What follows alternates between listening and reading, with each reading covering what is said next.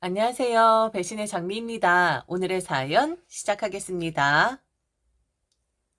말도 많고 탈도 많았던 제 결혼 이야기와 아나 모이는 저희 시가 사람들 이야기를 좀 해볼까 합니다. 그 중에 가장 탈이 많았던 시누이 이야기를 가장 중점으로 해볼까 해요. 결혼한 진 5년 차였습니다. 원래 결혼 생각이 없었던 저는 남자 만날 생각도 연애를 할 생각도 없었던 사람이었습니다. 외로움 같은 것도 모르는 사람이었고 혼자 굳건히 잘 살아오던 그런 사람이었죠. 남편은 저희 가게 단골이었어요. 부모님이 떡갈비집을 운영하시는데 남편은 한 달에 한 번씩 꼭 저희 가게에 와서 식사를 하는 사람이었죠. 넉살 좋게 카운터에 계시는 저희 부모님에게 말도 걸고 단골이다 보니 이런저런 이야기를 하다 결국엔 저희 부모님을 사장님이 아닌 어머니, 아버지라고 부르는 그런 단계까지 가게 됩니다. 연세 드신 분들은 넉살 좋은 사람이면 그냥 넘어가시나 봐요. 아니면 저희 부모님이 단순한 사람일 수도 있고요. 어느 날부터 부모님은 그 사람 한번 만나보지 않겠냐는 말을 제게 했고, 제가 싫다 할 때마다 언제까지 혼자 있을 생각이냐고 부모 생각은 하지 않냐는 말까지 들었어야 했습니다. 엄마 아버지가 언제까지 네 옆에 있을 것이라 생각하는데? 네 옆에 누군가가 있어야만 엄마 아버지도 마음 놓을 거 아니냐. 그리고 머지않아 이 가게도 네가 도맡아 운영을 해야 하는데 혼자선 무리야. 직원들 네 앞에서 웃고 있지만 원래 사람 쓰는 게 가장 어려운 법이라고. 그럴 때 든든하게 남편 하나 옆에 있으면 너한테 힘도 되고 직원들도 남자니까 말 듣게 되고 엄마 아버지가 다 생각이 있어서 하는 말이야. 사람 좋잖아. 넉살도 좋고 그리고 직업도 괜찮다고 하더라. 김씨 아줌마가 물어봤는데 대기업 다닌다고 하더라. 요즘 그렇게 어른한테 정겹게 하는 젊은 사람 없어. 한번 만나봐. 엄마가 주선 한번 설 테니까 그만 고집 부리고 이거 사. 아, 나는 남자 필요 없다고. 그리고 남자가 옆에 있다고 해서 든든하다고? 누가 그래?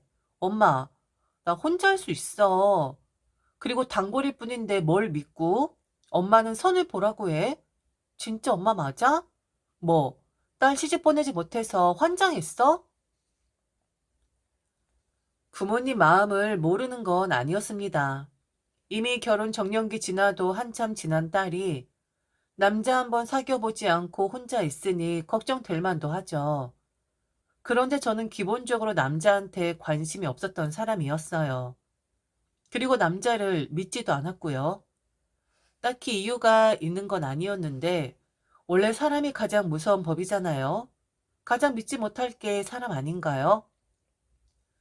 그런데도 부모님의 간섭과 푸시는 계속되었고 결국 저는 엄마 손에 이끌려 그 남자와 선을 보게 됩니다. 부모님이 그리 원하시니 그냥 흉내만 내자라는 마음으로 선자리에 나갔고 그런 제 의미를 남편은 알아채는 듯 했습니다. 고생이 많으시죠? 부모님의 푸시는 참 힘들어요.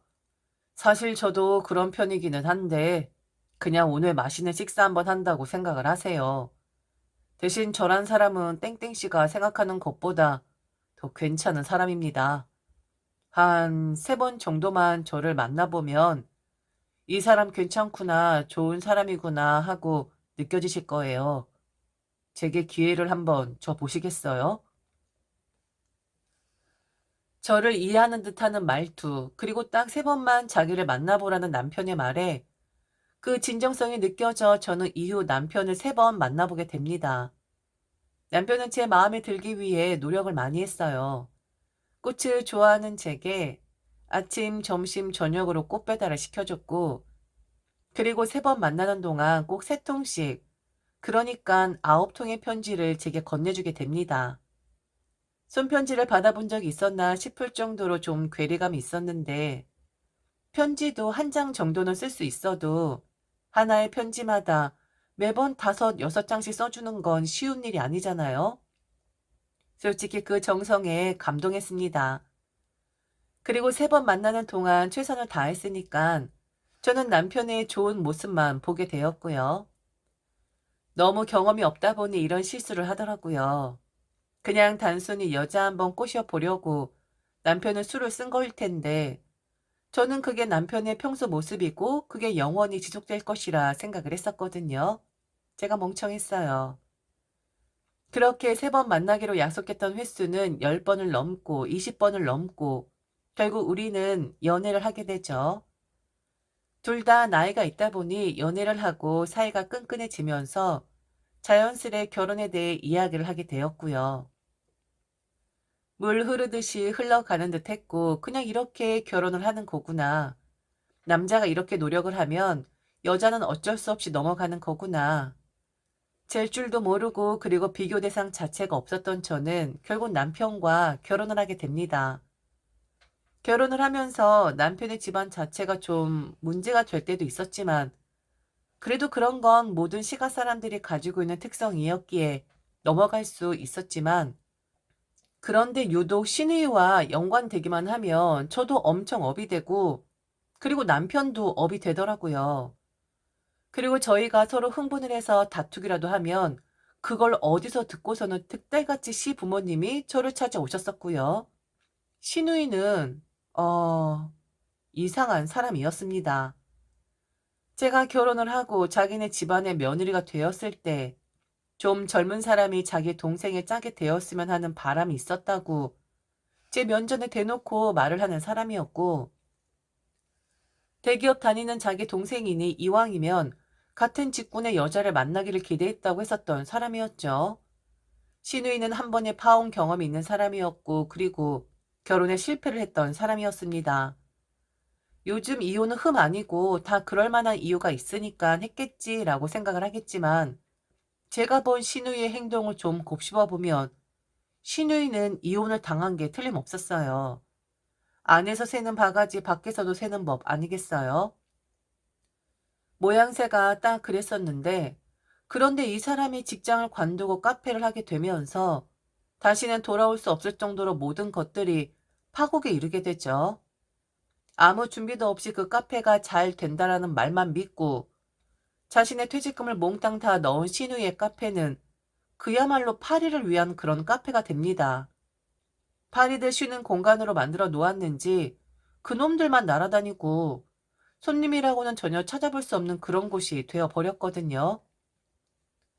처음엔 개업발이라는 것이 있으니까 몇 달은 운영이 좀 되는 듯 했는데 1년도 채 못 가서 시누이는 빚만 잔뜩 진 채 가게를 접게 되죠.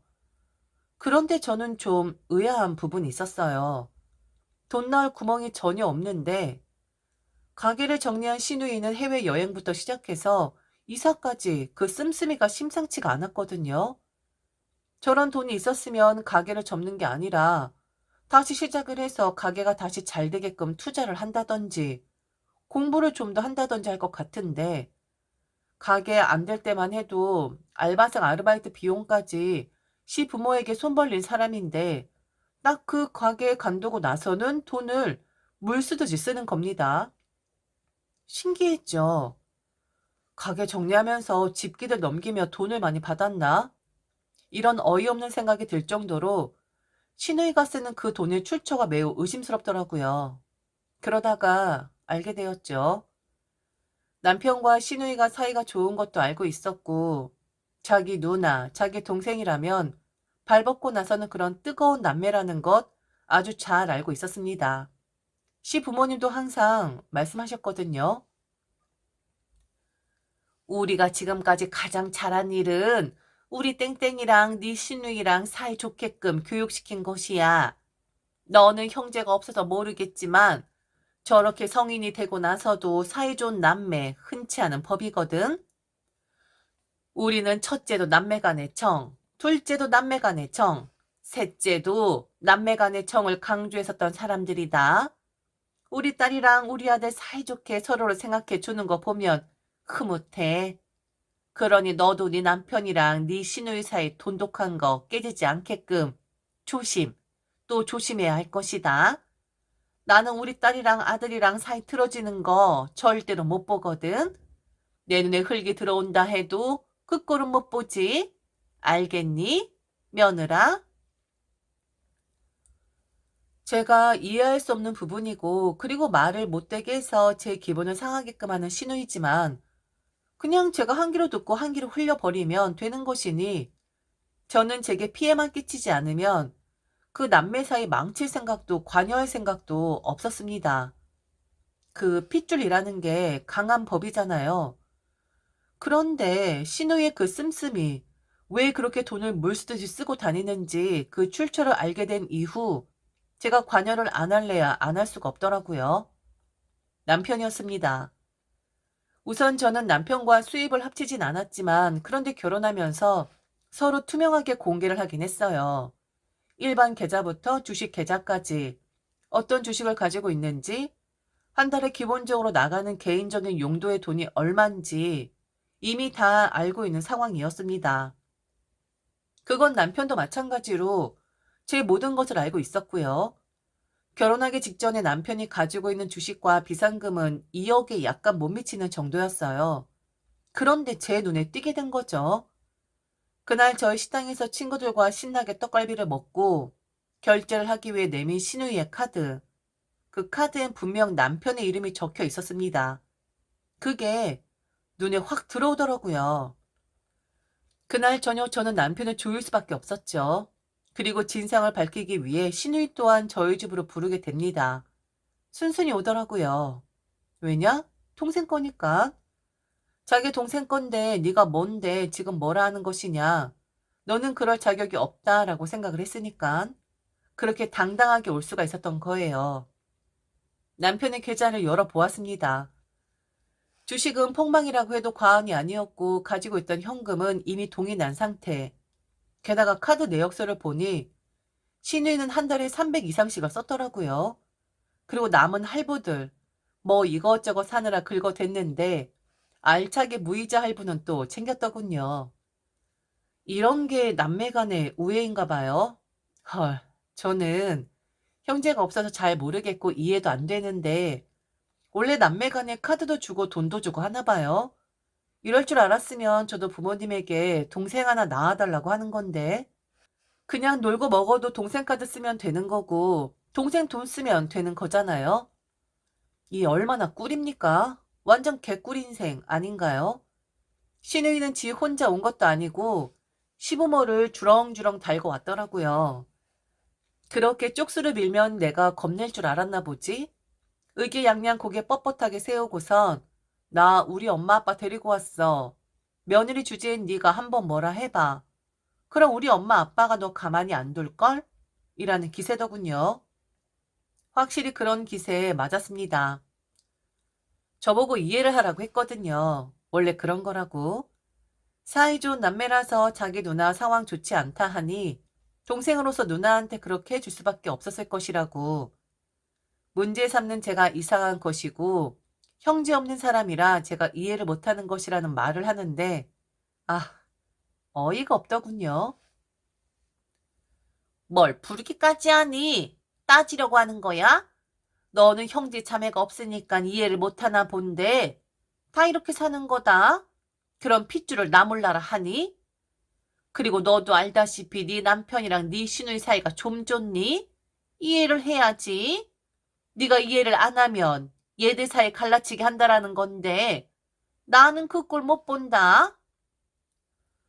그래 세아가 네가 좀 당황하긴 했겠지만 이걸 가지고 어른의 시누이를 오라가라 한다는 건 좀 주제 넘은 것 같다. 이 시애비까지 몸소 니네 집으로 오게끔 하고 별일 아니다. 별일 아니니 소란스럽게 할 필요 없어. 가족끼리 다 이렇게 사는 곳이지. 너 집안 시끄럽게 하지 말아라. 네가 우리 집안 어른이 아니잖아. 아, 됐어. 엄마, 아빠. 제 표정 안 보여? 지금 족 같은 소리 하지 마세요. 라는 표정이잖아. 그래서 네가 뭐 어쩔 건데? 내가 달라고 했어? 야, 너 말해봐. 내가 제발 네 카드 달라고 빌었어? 아니잖아. 네가 줬잖아. 네가 마음대로 쓰라고 했잖아. 나는 너의 선의를 받은 거밖에 없어. 그런데 네 마누라한테 들키니까 죄다 불러? 니들 지금 실수한 거야. 우리 엄마 아빠 화났다고. 옳게, 옳게는 지금 단단히 실수한 거야. 알아? 감히 며느리가 가장 낮은 사람이 윗사람을 줄줄이 불러? 아, 기가 막힌다. 정말 세상이 어찌 돌아가는 거야? 아하, 딸, 그만해. 너도 잘한 건 없어. 그런데 어차피 이렇게 온 거, 며느라. 내가 시애비로서 너한테 이야기하마. 그래, 너 마음 이해 못하는 건 아니야. 알지. 아주 잘 알지. 그런데 애가 지금 직장도 못 구하고 그러고 있지 않느냐. 그러니까 돈을 벌 수 있는 기회를 주면 네 남편 카드 쓰는 일은 없을 거 아니야? 2주 뒤부터 너는 옳게 가기로 출근해라. 며느리는 시누이한테 자리 하나 마련해 주고 오늘 이 말 하려고 나온 거다. 암튼 내 이야기는 끝. 이제 일어나자. 얼른 일어나 다들. 그리고는 그냥 나가버리더라고요. 아, 저들 뭐지? 지금 뭐 하는 거지? 아니 왜 지들 마음대로 내 가게에 자리를 마련하라는 거야? 그러니까 미안하다 하는 거야? 아니면 일자리 알아보려고 온 거야? 뭐 헷갈리더라고요. 그 자리에선 마치 제가 잘못한 사람 같더라고요. 너무들 뻔뻔하고 당당했거든요. 저는 할 말도 없고 남편 꼴도 보기 싫어서 친정으로 갔습니다. 그리고 생각 정리를 했어요. 이건 아니다. 정리를 해야겠다. 생각 끝마쳤을 때 남편에게 카톡이 하나 들어오더군요. 정리 잘하고, 그리고 주말에 식사하기로 했어. 엄마 아버지가 누나 자기 나 이렇게 세 명을 위해서 자리를 마련하겠다고 하시네. 그날 식사하기로 했으니 생각 정리 잘하고 참석하도록 해. 내가 입이 10개라도 할 말이 없다. 미안하다. 웃기지도 않더군요. 가스럽더라고요. 아, 지들끼리 북치고 장구치더니 이제는 그 장단에 놀아달라? 아휴, 약속 당연히 갈 생각 없었고 저는 이미 헤어질 결심을 하고 있었어요. 변호사를 수소문했고 마침 주말에 시간이 된다고 해서 저는 변호사와 약속 장소를 잡았습니다. 그리고 그날 저는 변호사를 만나며 그간 있었던 일들을 이야기했고 충분히 이혼 사유가 된다 하더라고요. 우습게 생각할 줄 알았는데 핏줄이니 그렇게 해도 되는 겁니다. 라는 말이 나올 줄 알았는데 남편은 저를 가장 최우선으로 생각을 해야 하는 사람이고 돈 또한 부부 생활 중에 벌어들인 돈이기 때문에 부부 공동 재산에 속하는 거라 하더군요. 한참 그 변호사님께 위로를 받고 이혼을 하기 위한 상담을 받고 있는데 전화가 오더군요. 남편이었습니다. 아, 어디야? 왜 아직도 안 와? 아, 부모님이 일부러 시간 낸 거잖아. 그리고 누나 새 출발하니까 그거 축하해주기 위해 힘내라고 자리 마련한 거잖아. 그 정도 했으면 된 거 아니냐? 와서 기분 좋게 한턱 네가 쏘면서 축하해주고 위로해주고 너도 사과를 해야 할 거 아니야. 너 지금 어디야? 나? 지금 변호사 사무실. 축하하는 자리라고 하니 다행이네. 나도 지금 축하하고 있거든. 변호사님이랑. 너랑 오래 말하지 말래. 이제 나하고 말하고 싶으면 내 변호사님하고 이야기해야 할 거야. 그럼 축하 잘하렴. 나는 니들 핏줄 아니라서 거기 참석하고 싶지 않거든. 많이 처먹어. 많이. 든든하게. 알았지? 남편의 목소리와 대화 내용을 듣더니 빨리 이혼하는 것이 낫겠다 하더군요. 와서 한턱 쏘라고? 사과를 하라고? 본래 염치 없는 사람들이 세상에 판을 친다 하지만 이 사람도 그런 무리인 것 같다고 얼른 시작하자 하더군요. 이혼했습니다. 위자료까지 받아가면서요. 폭망인 주식 팔아서 손해 겁나 보면서 제게 위자료를 건넸다 하더군요. 그러면서 제게 좋냐고 하길래 너도 좋았지 않았냐고 했습니다. 네 누나 챙기면서 동생 노릇한다고 좋아하지 않았었냐고. 그리고 이렇게도 말했습니다. 자, 이제 네가 없잖아. 이제 네가 빈털털이 됐잖아. 이제는 니네 누나가 너한테 카드 주고 돈 줄 차례네. 어디 한번 지켜봐봐. 니네 누나가 그리 하는지. 할까? 줄까? 아, 궁금하네. 받으면 인증 한번 해주라. 나 사실 너무 궁금하거든. 니들 남매의 우애. 그리고 콧방귀를 껴 주었네요. 결혼 생활 끝내고 지금 가게 일하면서 열심히 살고 있어요. 엄마 아빠가 오히려 제게 미안하다 하는데 미리 알아보지 못한 제 잘못이 더 크죠. 다만 아쉬운 게 있다면 그 시누이 거 딱이라도 한 대 올렸어야 했는데 그게 가장 아쉬워요. 지금은 누가 누굴 도와주며 살고 있을지 누구 카드를 쓰고 있을까요? 전 남편? 전 시누이? 아, 그냥 니들 둘이 살아라잉. 지금까지 들어주셔서 진심으로 감사합니다. 이상 대신의 장미였습니다.